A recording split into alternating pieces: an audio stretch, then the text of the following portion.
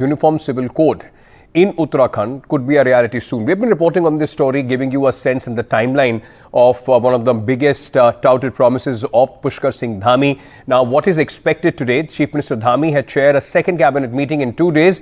The Uniform Civil Code draft was presented before the Uttarakhand cabinet. The Dhami government is all set to bring the UCC draft in the assembly on February 6th. With the majority that they have, it more or less seems that it is a done deal as far as the government and the state of Uttarakhand is concerned. The first state it will become once this is in fact passed by the assembly of Uttarakhand, which will have Uniform Civil Code. Let me go across to my colleague Kishore Rawat, who is joining us with more details on this. Kishore, ये जो draft पेश हुआ है, इसमें क्या-क्या खास बातें रखी गई हैं? क्योंकि मोटा-मोटा अगर देखा जाए तो 6 तारीख को एक फॉर्मेलिटी रह गई है. जिस तरह की मेजॉरिटी बीजेपी के पास है, आसानी से इसको पारित करा लेंगे.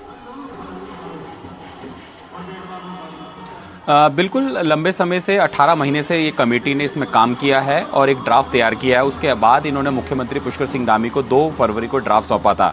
हालांकि जो शनिवार को होने वाली कैबिनेट बैठक थी, उसमें उम्मीद की जा रही थी इसको प्रस्ताव को लाया जाएगा और कैबिनेट इसको मंजूरी देगी, लेकिन नहीं हुआ.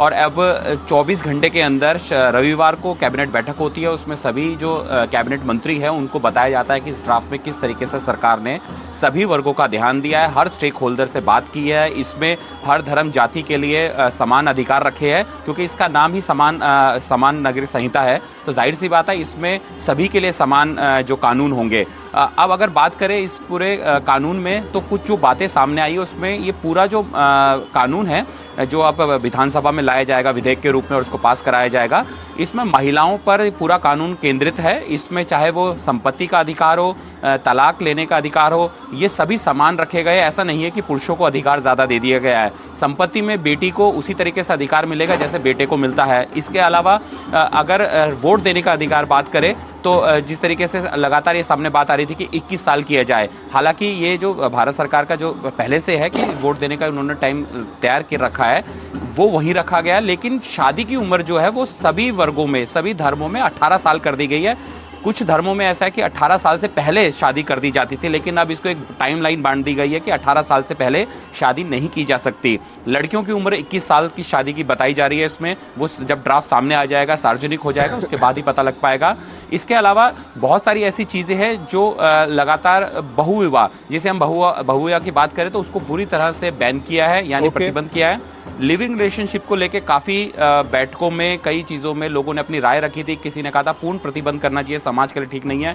कईयों ने कहा था कि ये अधिकार है लोगों का और इस पे हम छेड़छाड़ नहीं कर सकते.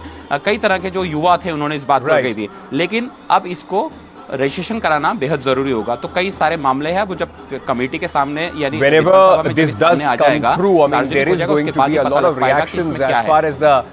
Uniform Civil Code is concerned, and we will have to wait and see the full bill, in fact, to understand the repercussions that it is going to have, not only on the people of Uttarakhand, but this, remember, ladies and gentlemen, could be the bedrock of many other states ruled by the Bharatiya Janata Party going into a similar exercise. Thank you, Kishore, for joining us with all those details.